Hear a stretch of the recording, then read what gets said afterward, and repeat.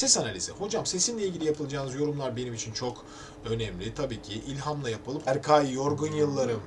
İlham Yıldız söylüyor. Bakalım İlham neler yapıyor. Kapanmaz yarayım, gece gündüz kanarım. Ritim sallıyor evet mi ya? Kapanmaz. Yani biraz ritim sallanıyor gibi geldi ya. Dur şu. Kapanmaz yarayım. Gece gündüz kanarım. Göz göre göre yandı yıllarım. Böyle oturuyor. Gönlümde açan damla. Gül olmadan kırıldım. Bakın. Geliyor. Ritim. Göz göre göre yandı yıllarım. Bir okuduğum bir yer var sevgili İlham. Gönlümde açan gonca, gül olmadan kırıl. Bu çok nefessiz bir okuma. Hiç diyafram kullanmıyorsun sen. Yani şöyle.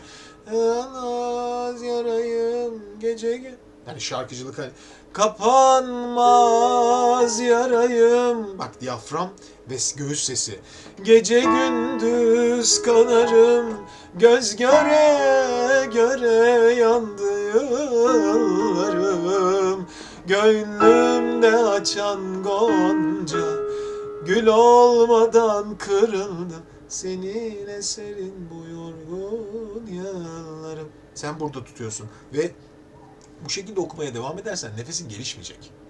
Çünkü öbür okuma sürekli nefessiz, tazikli, kuvvetli okuma, yani biraz daha sesi kapanmaz okuması daha fazla diyafram kullandığı için sürekli bize çalıştırtıyor. Bak. Bunun diyaframı yok. Gül olmadan kırıldı. Bir de nameden deliriyoruz ya sevgili İlham. Bir parçayı önce bir tam ritminde Cengiz Baba'nın okuduğu gibi oku sen de.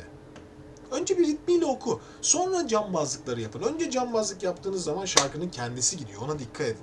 Serin bu yorgun. Gördün mü bak parça gitmiyor. Yorgun. Fazla bu yani. Çok. Bu fazla. Çünkü ritim yok artık bunda. Gitmiş. Bir Cengiz Baba'dan dinleyelim girişini. Sen şimdi sol diyez oku. Bakalım Cengiz Kurtoğlu nereden okuyor?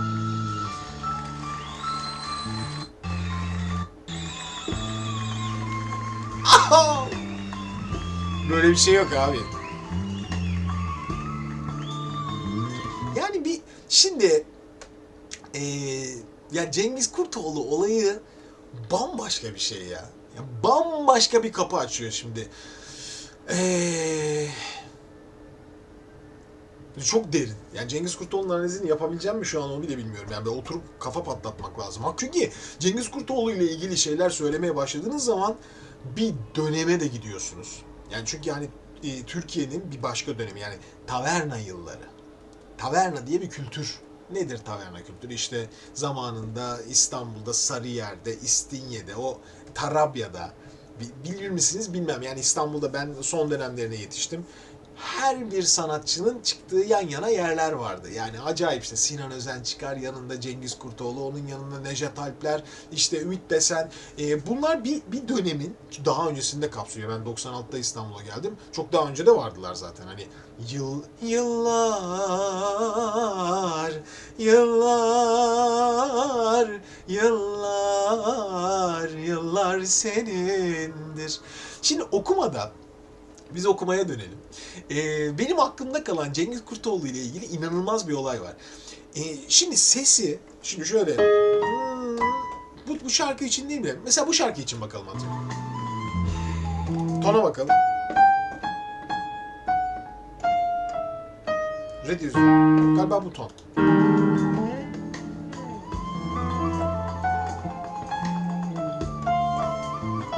Ha miymiş bu ya?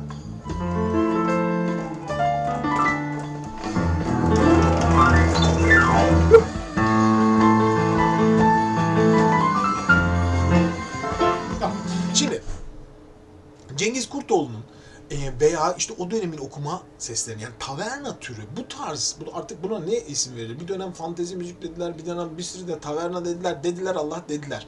Her ne olursa olsun ben bu müziğe Cengiz Kurtoğlu müziği diyebilirim artık. Bence bu kadar net. Yani bu arabesk mi, fantezi mi, böyle aralarda birçok şeyden esinlenen, etkilenen bir müzik tarzı.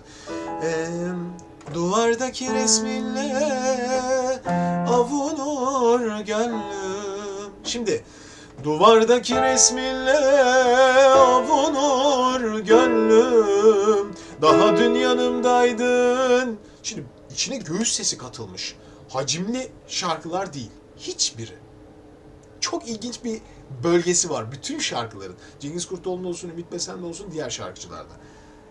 Duvardaki resminle burunla, yani tam ağız içinin tamamını kapsamıyor. Biraz burun arkası. Yani bakın konuşurken de hafif böyle. Duvardaki resminle avunur. Nameler de hep avunur. Yarı falsetto ile karışık. Avunur gönlüm. Daha dün yanımdaydın. Şimdi neredesin? Sinan Özen'de de vardır hani. Tren katarları geçiyor akşamlardan. Daha çok ut nameleri ağırlıklı. Ya çok acayip bir kültür ya. Yani bunun içine girdiğiniz zaman çok incelendiğinde çok keyifli şeyler çıkıyor, dedim ya. Utlar var içinde. Name stilleri birbirinden çok. Şimdi daha burada parçayı çalarken kaval üfleniyor galiba. Bir Cengiz Kurtoğlu parçasını olmadı yani bu bir Cengiz Kurtoğlu parçasında çalınan kaval veya ney. Birebir yani. Bu. Oy. Şimdi. Tabii Cengiz Kurtoğlu artık bu türü bir yerden aldı, bambaşka yere getirdi. Şu an artık ustalık dönemi. Kendisinin ustalık dönemi. Sesini kullanmadığı ustalık dönemini yaşıyor. Şimdi parçada eski kayıtlarına bakarsanız, ya Cengiz Kurtoğlu'nun 90'lı yıllar kayıtlarıyla 2000'li yıllar kayıtları ve 2010 bu dönem, yani bu 20-30 senelik zarfta okuduklarına hepsi birbirinden farklı. Hep üstüne koymuş. Şu anki okuyuşunda artık daha fazla göğüs sesi kullanıyor. Çok daha fazla kullanıyor. Eski okumaları daha böyle benim biraz önce dediğimden. Bakın. Hem beni öldür. Hem bendeki seni böyle olsun istemez. Bu nameler istemez. Kafa sesleri var içinde hep. Yani hep falsetto, karışık kırmalar sesler. Hani istemez değildi yani. Hani istemezdim.